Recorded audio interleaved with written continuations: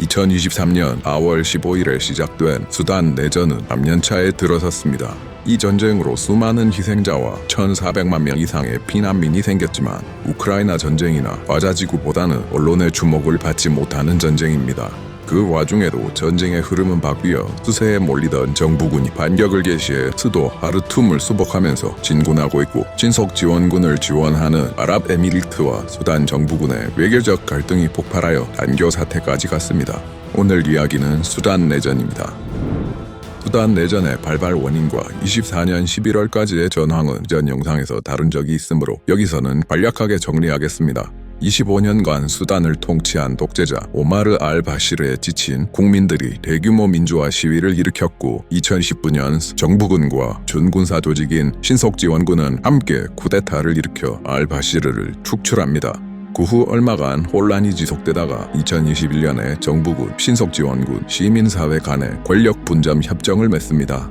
얼마 지나지 않아 정부군의 수장 알부르한과 신속지원군의 수장 모하메드 함단 다갈로 헤메티 사이의 권력 분점 방식과 신속지원군이 정부군으로 통합되는 시기와 방식을 둘러싸고 갈등이 시작됩니다. 헤메티의 신속지원군은 알부르한의 정부군을 배제하고 단독으로 권력을 장악하기 위해서 2023년 4월 15일 수도 하르툼과 전국에서 정부군을 공격하면서 본격적인 내전이 시작됩니다. 내전이 시작되던 시점에 대부분의 사람들은 수단 정부군이 신속지원군의 반란을 손쉽게 진압할 것이라고 예상했습니다. 그러나 외부 세력의 지원으로 그 예상은 뒤집히고 개전 1년차에 신속지원군이 우세를 보이면서 상당한 영토를 점령합니다. 신속지원군을 지원한 주요 세력은 러시아, 아랍에미리트, 리비아의 군벌 하프타르 등이 있습니다. 개전 초기 러시아는 바그너 그룹을 통해서 판치르 등의 방공장비를 신속지원군에게 판매했고 정부군의 항공전력 우세를 무용지물로 만들었습니다. 아랍에미리트는 신속지원군에게 가장 큰 지원을 한 외부 세력입니다. 차드에 설치된 야전병원을 통한 의료지원, 드론을 포함한 막대한 군수물자를 지원하고 직접 아랍에미리트의 자금으로 고용한 콜롬비아 용병을 수단에 파병하는 등 막대한 지원을 하고 있습니다. 수단 정부군 측에서는 신속지원군과 전투 후 노획한 장비를 아랍에미리트가 지원했다고 밝히는 영상을 다수 공개했습니다. 리비아의 군벌 하프타르는 무장 트럭을 지원했고 하프타르가 통제하는 지역을 통해 아랍에미리트가 지원한 군수물자가 신속지원군에 반입되는 통로를 제공했습니다. 신속지원군의 전신은 다르푸르 아랍계 유목민 중심의 무장단체 잔자위드였고 신속지원군은 이 유목민이라는 출신 배경을 바탕으로 차드나 니제르의 아랍계 유목부족과의 연계를 통해 이들을 의용병 또는 용병으로 고용했습니다. 헤메티와 신속지원군이 통제 중인 다르푸르 지역의 금광에서 나오는 돈과 예멘과 리비아에서 용병 사업으로 벌어들인 돈으로 리비아, 남수단, 에티오피아의 군 또는 반군 경력자들을 고용해 병력을 증강했습니다. 이에 반해 정부군은 개전 초기에 이집트를 제외하고는 크게 눈에 띄는 외부 세력의 지원도 없었고 지원되는 양과 질에서도 열세였습니다. 그러나 신속지원군을 지원하던 러시아는 편을 바꿉니다. 러시아는 시리아의 바샤르 알-아사드 정권의 몰락과 타르투스 해군기지의 상실에 대비하기 위해서 포트 수단의 해군기지를 원했습니다. 2017년 러시아는 오마르 알-바시르와 계약을 맺었는데 300명의 러시아 인력과 최대 4척의 군함을 주둔시킬 수 있는 계약이었습니다. 24년 3월부터 러시아는 그 계약의 이행을 조건으로 알부르한의 정부군을 지원하기 시작했습니다. 25년 2월에는 포트 수단에 러시아 해군기지 설치에 대한 합의가 이루어졌다고 언론을 통해 발표되었으나 정부군 관련 텔레그램 및 트위터 등의 채널에서는 의향을 확인한 MOU고 확정된 사항은 아니라고 발표합니다. 튀르키예도 바이락타르 판매로 정부군을 지원했고 이 드론은 24년 하반기부터 본격적으로 전선에 투입되어 상당한 전과를 올립니다. 정부군에게 가장 큰 지원을 한 외부 세력은 이란입니다. 개전 초기에 중립적이었으나 2023년 10월 외교관계 정상화 이후부터 알부르한의 정부군을 외교적으로 지원하기 시작했고 24년 여름부터 본격적으로 모하저6 드론을 포함한 상당한 양의 이란제 무기들이 포트 수단 등의 정부군 거점으로 들어오기 시작합니다. 이 사진은 이란제 레이더로 보이는 것이 수단 정부군 측에 배치된 사진입니다. 1956년 영국에서 독립한 직후부터 민족 종교 이념을 기반으로 하는 수많은 반군 또는 무장단체들이 있었고 이들은 25년간의 오마르 알-바시르의 독재 정권과 싸웠습니다. 정부군과 신석지원군 간의 내전 초기에는 상당수의 무장단체들은 바시르 정권에 부역하던 두 군벌 간의 싸움으로 상황을 인식했고 양측 모두와 어느 정도 거리를 두면서 중립적인 입장이었습니다. 신석지원군의 잔혹한 전쟁 수행 방식으로 중립에 있던 무장단체들의 태도는 크게 변합니다. 내전 과정에서 정부군도 기아를 무기화하고 민간 시설을 폭격하는 등 전쟁 범죄를 자행했습니다. 이 때문에 미국 재무부 해외자산 통제국은 정부군의 수장 알부르한과 신속지원군의 수장 헤메티 모두를 제재 대상에 올렸습니다. 그러나 신속지원군의 전쟁 범죄는 그 빈도와 강도가 훨씬 더 심했습니다. 폴란드 국제문제연구소의 보고서에 따르면 대부분의 수다님의 눈에는 신석지원군은 인구의 7%를 차지하는 부족과 이들이 용병으로 들여온 차드, 니제르, 콜롬비아 외국인들이 나라를 점령하는 것으로 보였습니다. 신석지원군에 대해서 적대적인 민심은 문헌뿐 아니라 다수의 영상에서 정부군이 해방한 도시의 주민들이 정부군을 환영하는 반응으로 확인됩니다. 외부 세력의 개입에 대한 반감과 신석지원군의 잔악행위로 민심은 돌아섰고 알바시르의 독재 정권 시기에 군부 통치에 반대하여 무장단체가 된 이슬람주의자 세속적 민주주의자 집단의 태도가 바뀝니다. 이들은 이슬람 신정국가 설립 또는 미래 민주주의 전환을 위한 기본적인 전제 조건을 국가의 보전으로 생각하고 국가의 미래에 신석지원군을 배제해야 한다는 암묵적 동의가 이루어졌고 매거 정부군과 동맹을 맺거나 정부군에 입대합니다. 내전 개시 후 신석지원군은 중립적 입장이었던 지역의 소수민족 무장단체들을 공격했고 이들 무장단체들은 정부군과 동맹을 맺게 됩니다. 또한 정부군이 실시한 대규모 동원령에도 상당히 많은 수가 자발적으로 참여합니다. 개전 초기인 23년 4월부터 11월까지 서다르푸르주 엘 제네이나에서 유엔 추정 1만 명에서 1만 5천 명 규모의 마살리트족을 신석지원군이 희생시켰고 이를 피해 50만 명 이상의 피난민이 발생했습니다. 신석지원군이 북다르푸르주의 주도 엘-파쉐르를 포위하고 식량과 물자를 차단해서 엘-파쉐르에도 엘 제네이나의 참극이 되풀이될 위기가 닥쳐옵니다. 알-바시르 시대에 반군 출신으로 정부와 휴전 협상을 맺고 다르푸르 주지사를 역임하고 있던 미니 미나위의 정치적 지도 아래 다르푸르의 자가와족 등 소수민족 무장단체들이 모여 다르푸르 연합군이 결성되었고 정부군과의 공동전선을 발표합니다. 다르푸르 연합군은 신석지원군의 지역적 기반인 다르푸르에서 후방을 교란하고 다르푸르 연합군은 엘-파쉐르에서 신석지원군의 공세를 막아내면서 하르툼 수도권 공략에 집중할 수 없게 만듭니다. 이들의 대표적인 활약은 북다르푸르주의 차드 수단 국경 인근 도시 알주르그를 일시 점령한 것입니다. 이곳은 신석지원군이 리비아와 차드를 통해 무기, 연료 등의 군수물자를 들여오는 보급 거점이었고 알주르그의 상실은 신석지원군의 보급망에 상당한 타격이었습니다. 신석지원군은 다른 전선에서 일부 병력을 돌려서 알주르그의 탈환을 위해서 투입할 수밖에 없었습니다. 개전과 동시에 신석지원군은 하르툼을 공격했고 정부군은 포트 수단을 임시 수도로 전도합니다. 24년 가을까지 하르툼 수도권의 시가지의 블록마다 정부군과 신석지원군 사이에 일진일퇴의 전투가 이어지고 있던 격전지였습니다. 정부군은 이란과 러시아를 중심으로 외국의 지원을 받고 동원령을 내려 병력을 보강하고 수단 내부의 많은 무장단체들과 동맹을 맺어 전선을 안정화시킨 후 24년 9월부터 전국적으로 반격작전을 개시합니다. 알자지라 또는 게지라주는 수단에서 가장 비옥한 농업지대로 식량 생산의 대부분을 담당하는 지역입니다. 주도인 와드 마다니는 신석지원군이 하르툼 수도권과 남부 및 동부로 진출하는 전략적 거점이었습니다. 정부군은 이곳을 탈환하기 위해서 24년 4월부터 공세를 시작했습니다. 10월 이후에 본격적으로 공세의 강도를 높여 12월에 와드 마다니 인근 35km까지 진출했고 25년 1월 11일 와드 마다니를 탈환합니다. 이에 따라 신석지원군은 수도권 보급로가 차단되고 하르툼 수도권 전선에 가해지는 군사적 부담이 완화됩니다.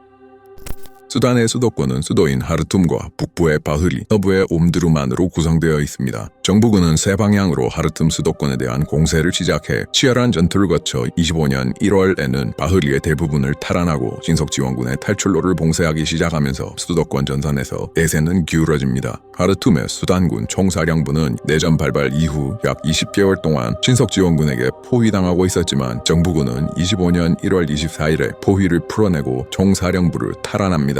1월 26일에 정부군 총사령관 알부르하는 직접 총사령부를 방문해 신석지원군을 전국에서 완전히 몰아내겠다고 선언합니다. 하르툼에서 급속도로 밀려나기 시작한 신석지원군의 지도자 헤메티는 2월 1일 내부 결속을 다지기 위한 영상을 공개합니다. 이 영상에서 헤메티는 영토의 손실과 신속지원군 내부에서 탈영과 전향이 발생하고 있음을 인정하고 정부군에게 곧 반격을 개시해 상실한 지역을 탈환하겠다고 선언합니다. 수도권에서 승기를 잡자 알부르아는 2월 8일 연설에서 개헌하고 선거 후 새 정부를 설립한 후 신속지원군과의 전쟁을 계속할 것이라고 발표합니다. 로이터에 따르면 정부군의 익명소식통은 기존의 헌법상 신속지원군, 수단군, 민간인 간의 권력을 분점하는 내용을 삭제할 것이라고 말했습니다.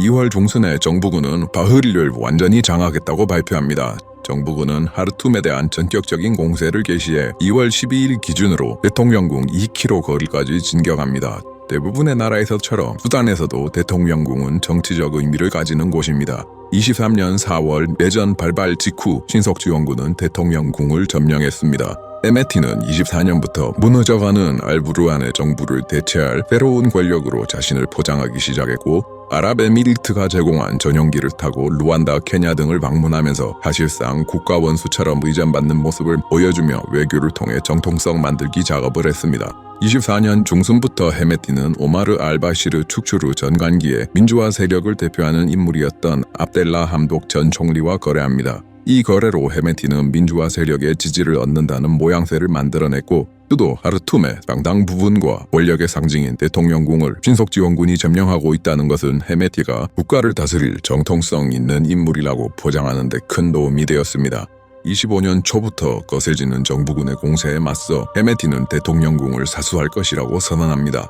하지만 3월 21일에 정부군은 대통령궁 탈환을 발표했고 다음 날인 22일에는 중앙은행의 탈환을 발표합니다. 6월부터 여러 차례 신속지원군의 병력이 하르툼을 탈출하는 모습이 촬영되었고 3월 하순에는 신속지원군으로 추정되는 수백 명의 병력이 제벨 아울리아 댐을 통해 하르툼 수도권에서 탈출하는 모습이 촬영됩니다. 정부군의 수장 알부르아는 탈환한 대통령궁 등을 방문했고 하르툼 시민들은 정부군의 수도 탈환을 축하했습니다. 이후로 정부군은 하르툼 소탕전에 들어가 두 달 뒤인 5월 21일에 하르툼주 전체에서 신속지원군을 완전히 소탕했다고 공식 발표합니다. 수도 하르툼의 탈환은 정부군에게 있어서 커다란 정치적 군사적 승리였고 알부르한의 지지도는 크게 상승했습니다. 이후로 정부군은 수도권에서 옴두르만 공략에 집중하고 전국적으로는 남부와 서부의 공략에 집중합니다.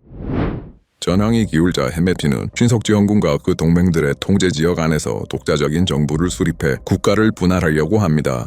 25년 1월 초 우간다 수도 캄팔라에서 이를 위한 회의를 개최하고 장관 후보를 지명했고 새로운 화폐와 학력고사의 도입을 위한 논의가 시작됩니다. 25년 2월 23일 케냐 나이로비에서 신속지원군을 대표해 헤메티의 동생인 압델라힘 다갈로와 수단 인민해방운동 북부 알힐루 파벌, 수단 해방운동 등 주요 동맹 세력의 지도자들이 모여 새 정권의 헌법을 채택하고 자칭 평화와 통합정부를 4월 16일에 발족합니다.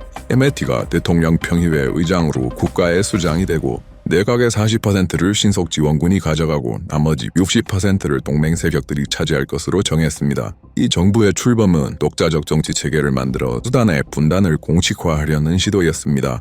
유엔과 수단 정부군은 당연히 이 정부를 인정하지 않았고 내전은 계속해서 이어집니다. 수단 중부의 북코르도판주의 주도 엘 오베이드는 내전의 개전 직후부터 신속지원군에게 포위당한 상태로 2년 가까이 전투가 이어졌습니다. 25년 2월 23일 정부군과 다르푸르 연합군이 대규모 군사작전을 통해 포위를 돌파하고 도시를 해방합니다. 예멘에서는 2015년부터 결정적 폭풍작전이라는 이름으로 사우디아라비아가 주도하는 연합이 후티 반군을 상대로 군사작전을 진행하고 있었습니다. 신속지원군의 병력 일부는 예멘에 용병으로 파병되어 돈을 벌고 있었습니다. 그러나 25년부터 수단의 전황이 불리해지자 3월 하순에 수단 내전 개전 후 처음으로 예멘에 용병으로 파병된 병력을 이알라로 귀환시킵니다. 신속지원군 입장에서 병력을 외국에 보내고 있을 여유가 없어졌고 내전의 전황이 쉽지 않다는 방증이었습니다. 엘파쉐르는 수단 내전 최대의 격전지이자 다르푸르주에서 수단군의 마지막 거점입니다. 이 도시는 개전 초기부터 계속해서 신속지원군에게 포위당해왔고 그 주변 지역은 신속지원군을 피해 모여든 난민 캠프들이 집중된 곳입니다. 코르도판주의 엔나후드도 마찬가지로 신속지원군의 포위를 받고 있던 정부군 거점이었습니다. 수도권에서 밀려난 뒤 헤메티의 계획은 서부를 중심으로 나라를 분단하는 것이었고 헤메티의 입장에서 자신의 영토 한가운데에 있는 정부군 통제하에 두 도시는 매우 거슬리는 것이었고 신속지원군은 이 두 도시의 공략에 집중합니다. 그리하여 지역에서 대대적인 공세가 시작되어 5월 1일에 엔나후드에서는 신석지원군이 정부군을 밀어내는 데 성공했습니다. 엘파쉐르에서는 신석지원군이 인근의 난민 캠프와 사회 기반 시설을 폭격해 상당한 민간인 피해가 발생했고 엘파쉐르 주변 지역이 상당 부분 점령당하기는 하였으나 5월 말까지 정부군과 다르푸르 연합군이 계속해서 방어해내고 있습니다.